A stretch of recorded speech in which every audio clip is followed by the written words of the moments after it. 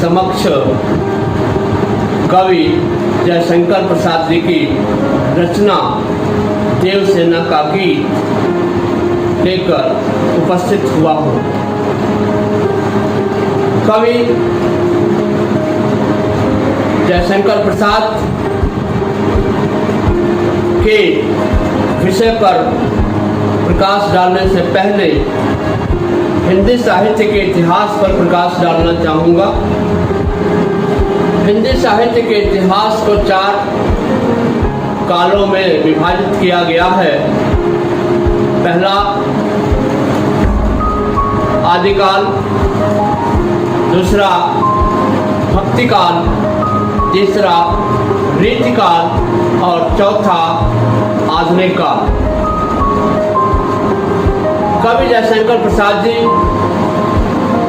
आधुनिक काल के छायावादी कवि हैं। यहीं पर बच्चों हम आपको बताना चाहेंगे कि आधुनिक काल में भी कई युग हुए हैं।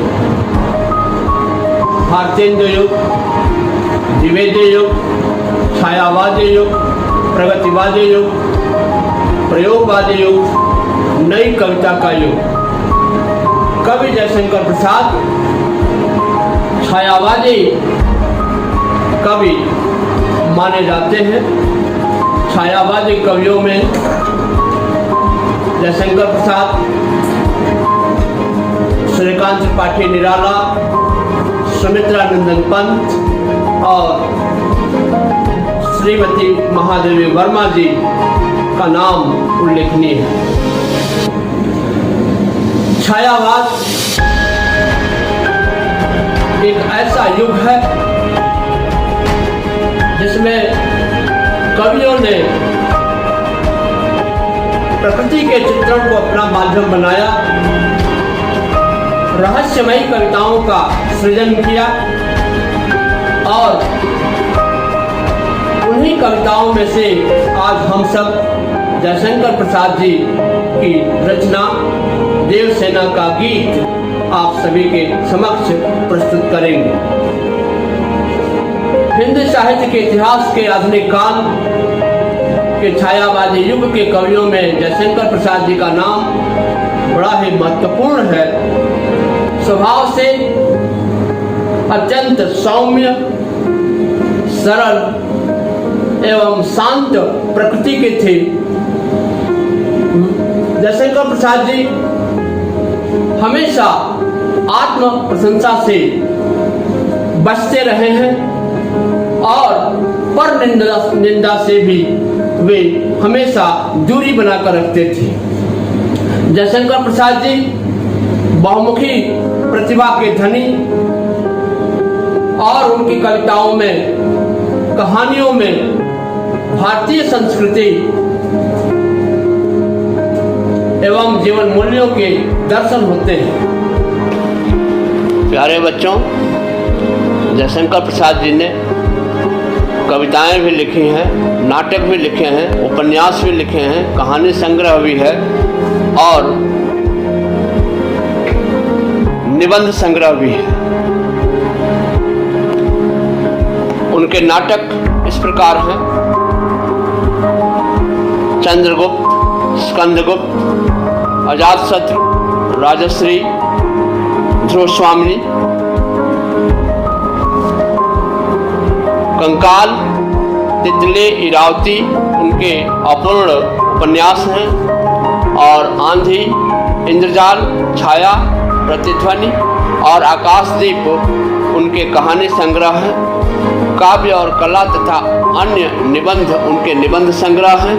झरना, आंसू, लहर, कामायनी, कानन कुसुम और प्रेम पथिक उनकी महत्वपूर्ण रचनाएं हैं। जयशंकर प्रसाद जी द्वारा रचित देवसेना का गीत प्रसाद जी के स्कंदगुप्त नाटक से लिया गया है। देवसेना मालवा के राजा बंधु वर्मा की बहन है। पूरा आर्यावर्त घोड़ों के आक्रमण से त्रस्त था। बंधु वर्मा तथा उनका पूरा परिवार वीरगति को प्राप्त हो गया था, परंतु भाग्य से देवसेना उस समय बच गई थी। वह अपने भाई के सपनों को साकार करने के लिए तैयार हो गई। उसने दृढ़ निश्चय कर लिया कि वह अपने भाई के दुश्मनों को, शत्रुओं को परास्त करके ही दम लेगी। देवसेना अपने जीवन में स्कंदगुप्त को पाने की चाह रखती थी, किंतु स्कंदगुप्त मालवा के कुबेर की कन्या विजया को पाने के सपने देखता था। जीवन के अंतिम मोड़ पर स्कंदगुप्त देवसेना को पाना चाहता था, परंतु तब देर हो चुकी थी। देवसेना ने उसके द्वारा किए गए प्रणय निवेदन को अस्वीकार कर दिया और देवसेना तब वृद्ध पर्णदत्त के साथ आश्रम में गाना गाकर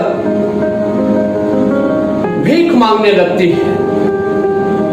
वह महादेवी वर्मा की समाधि को परिष्कृत करने लगती है।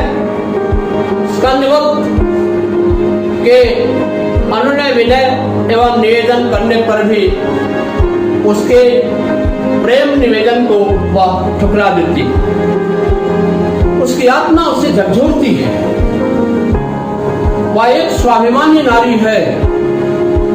वह आत्मसम्मान से जीना जानती है, चाहती है।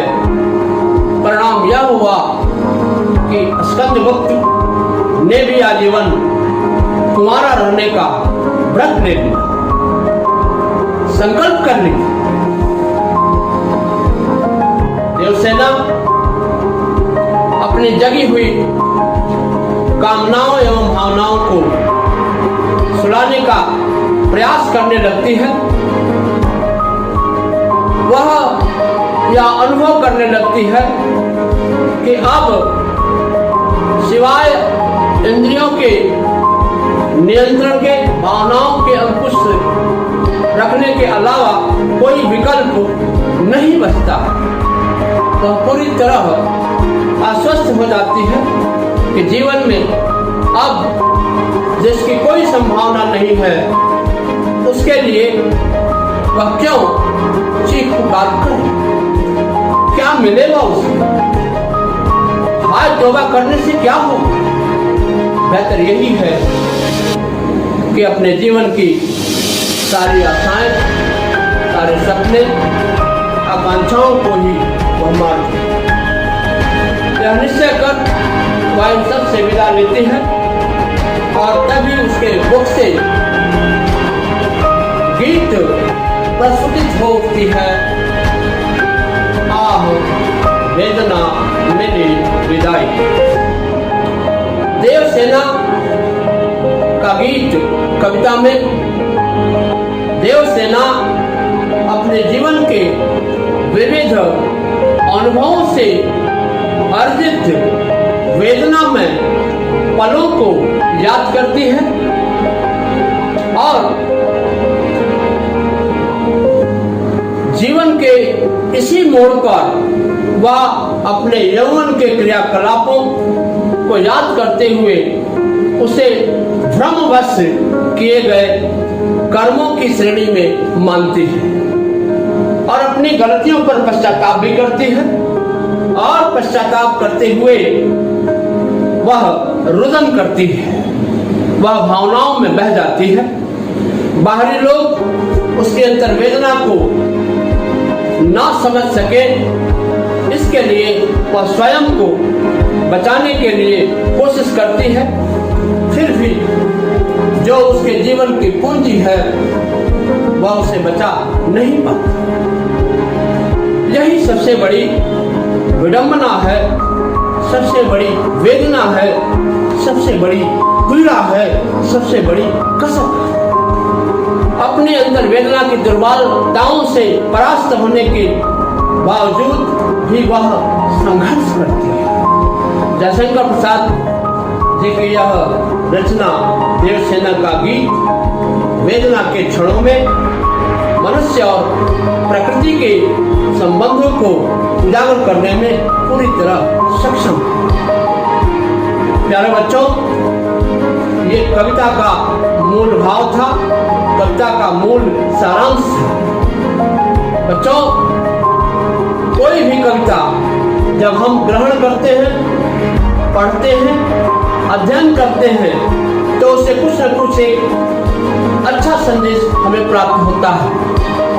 कवि के कहने का तात्पर्य भी यहाँ देवसेना गीत के माध्यम से यही है कि हर किसी के जीवन में कभी न कभी एक ऐसा मोड़ आता है जब वह अपने आप को कठिन परिस्थितियों में पाता है, पर उसे ही सफलता प्राप्त होती है जो उन परिस्थितियों में भी अपना धैर्य नहीं खोता है, अपनी हिम्मत को नहीं खोता है। प्यारे बच्चों, विवेकी बनकर जीवन का मार्ग प्रशस्त करना ही जीवन का उद्देश्य होता है।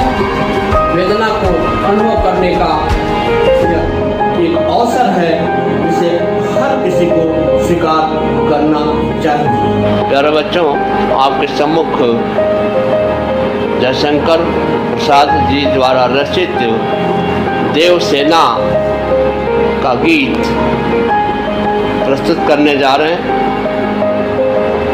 आप ध्यानपूर्वक सुने और उसमें जो सौंदर्य है और भाव है उसे ग्रहण करने की कोशिश करेंगे। आह वेदना मिली विदाई, आह वेदना मिली विदाई, मैंने भ्रमवश जीवन संचित मधुकरियों की भीख लुटाई। छल छल थे संध्या के श्रमकण, आंसू से गिरते थे प्रतिक्षण, मेरी यात्रा पर लेती थी नीरवता अनंत अंगड़ाई। श्रमित स्वप्न की मधुमाया में, गहन विपिन के तरु छाया में, पथिकौ नींदे श्रुति में किसने यह विहाग की तान उठाई। आह वेदना मिली विदाई, लगे सतृष्ण डीठ थी सबकी, रही बचाए फिरती कब की, मेरी आशा आह बावली, तूने खो दी सकल कमाई।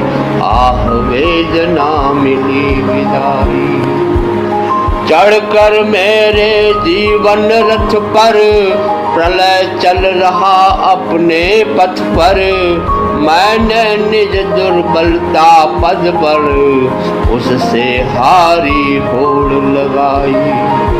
लौटा लो यह अपनी थाती, मेरी करुणा हा खाती, विश्व न संभलेगी यह मुझसे, इससे मन की लाज गंवाई। आह वेदना मिली विदाई, आह वेदना मिली विदाई, आह वेदना मिली विदाई। प्यारे बच्चों, जयशंकर प्रसाद द्वारा रचित यह कविता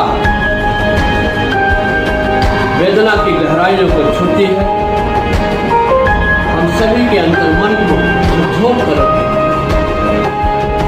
पीड़ा क्या होती है, वेदना क्या होती है, अंतर वेदना क्या होती है, इस कविता के माध्यम से कवि जयशंकर प्रसाद जी ने व्यक्त किया। कविता कोई भी जब हम पढ़ते हैं और उस कविता के विषय में व्याख्यात्मक विश्लेषण करते हैं तो कई सारे बिंदुओं पर हमको प्रकाश डालना पड़ता है। पहली जो 4 लाइन की कविता है वह इस प्रकार है, एक बार पुनः आपके समक्ष। आह वेदना मिली विदाई, आह वेदना मिली विदाई, मैंने भ्रम बस जीवन संचित, मैंने भ्रम बस जीवन सिंचित, मधुकरियों की भी छल छल थे संध्या के श्रम कण, आंसू से गिरते थे प्रतिक्षण, मेरी यात्रा पर लेती थी नीरवता आनंद। अरे बच्चों, अब इस काव्यांश के हम व्याख्यात्मक विश्लेषण करेंगे। प्यारे बच्चों, जब भी कोई कविता की सप्रसंग व्याख्या की बात कही जाती है तो सबसे पहले हमें पद्य संकेत, अगर काव्य है तो पद्य संकेत और अगर गद्य है तो गद्य संकेत उसे समझना चाहिए। संकेत का मतलब है कि कहाँ से प्रारंभ हुआ और कहाँ तक हमको पहुँचना है। जैसे इस अवतरण में आह वेदना ये प्रारंभ है पद्य संकेत का, और अनंत अंगड़ाई यह आखिरी पंक्ति है। और इसी अवतरण के संदर्भ में हम व्याख्या लिखने से पहले संदर्भ भी लिखते हैं, तो संदर्भ इस प्रकार होगा। प्रस्तुत काव्यांश हमारी पाठ्य पुस्तक अंतरा भाग 2 के देवसेना का गीत नामक पाठ से लिया गया है। इसके रचयिता छायावादी कवि जयशंकर प्रसाद जी हैं। देवसेना का गीत जयशंकर प्रसाद जी के नाटक स्कंदगुप्त से हमारे इस पाठ्य पुस्तक अंतरा भाग 2 में संकलित है। प्रसंग इस प्रकार होगा बच्चों।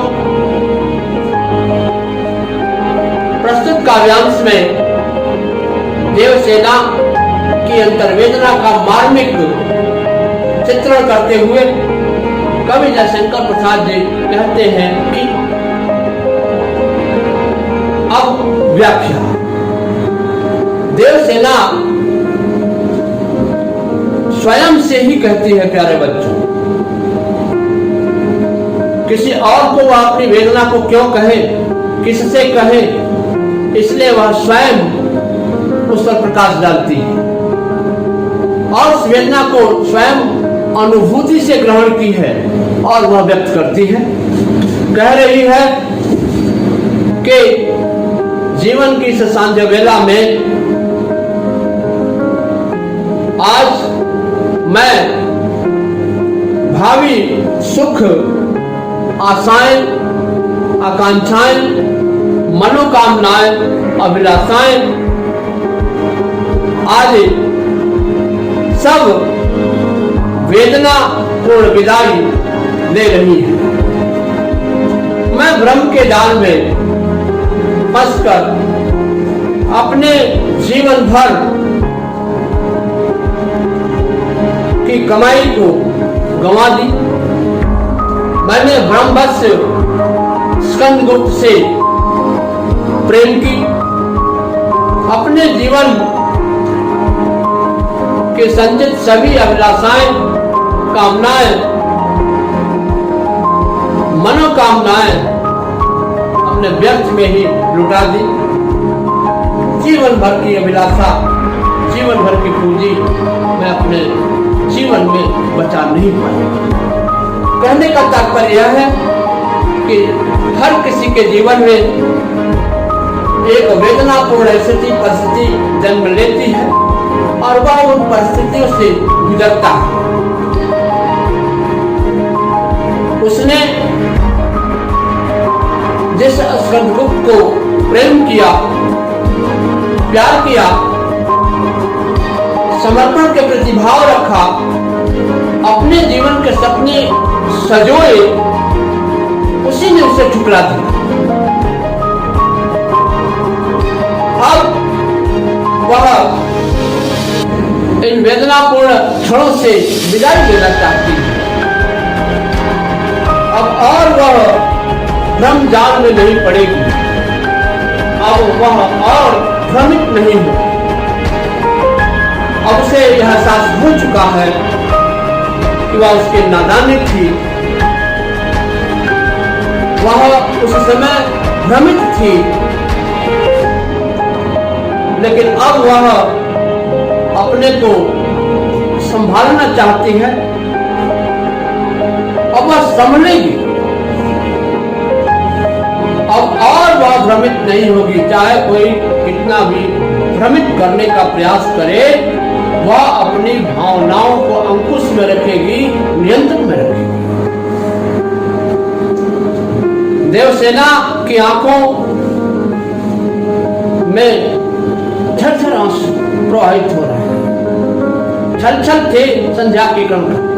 उसकी आंखों से पश्चाताप के अश्रु जल लगातार प्रवाहित हो रहे हैं। जीवन के अंतिम पड़ाव में श्रम से उत्पन्न पसीने की बूंद आंसू बनकर उसकी आंखों से झरझर झर रहे। मेरे जीवन यात्रा की खामोशी अंतहीन अंगड़ाई ले रही है। प्यारे बच्चों, कहने का तात्पर्य यह है कि देवसेना का समस्त जीवन भी वेदनाओं से, दुखों से भरी हुई। वह जीवन भर जिस सुख की कामना, अभिलाषा करती रही, वह उसे प्राप्त न हो सके। उसे आंसू के अतिरिक्त जीवन में कुछ नहीं। पूरा जीवन ही संघर्षों में व्यतीत। कविता के माध्यम से कवि यह कहना चाहता है कि यही यह यौवनावस्था है जब हर कोई भ्रम के जाल में पड़ जाता है, गुमराह हो जाता है। प्यारे बच्चों, मैं इस भ्रम की स्थिति से अपने आप को हमेशा निकाल क्योंकि भ्रम के जाल में जब भी पड़ते हैं तो उसका परिणाम वेदना में ही निकल कर आता है, आंसू बनकर ही निकल कर आता है। और जो टीस होती है, और जो दर्द होती है, और जो कसक होती है। प्यारे बच्चों, अब हम व्याख्या के पश्चात एक विशेष भी होता है, उस पर भी प्रकाश डालना चाहेंगे। विशेष में जो प्रसंग में अक्सर होता है, उसी भाव को करीब करीब यहाँ पर भी हम लेकर आते हैं और कविता में निहित भावों को विशेष में हम दर्शाने का प्रयास करते हैं। इस काव्यांश में जयशंकर प्रसाद जी ने देवसेना की आंतरिक वेदना का बड़ा ही मार्मिक चित्रण किया है। प्यारे बच्चों, आंसू से गिरते में उपमा अलंकार है। अगर आप अलंकार पढ़े हैं, उपमा अलंकार, तो आपको ध्यान होगा जहां सा से सी इत्यादि आ जाए शब्दों से जुड़कर, तो वहां पर उपमा अलंकार होता है। छल छल में पुनरुक्ति प्रकाश अलंकार है। भाषा में तत्सम शब्दों की प्रधानता है। कविता सौंदर्यमयी है, भावमयी है, ग्राह्यपूर्ण है और इस कविता में भावनाओं की गहराई है। बच्चों, कविता के बाकी अंश को अगले भाग में पढ़ेंगे।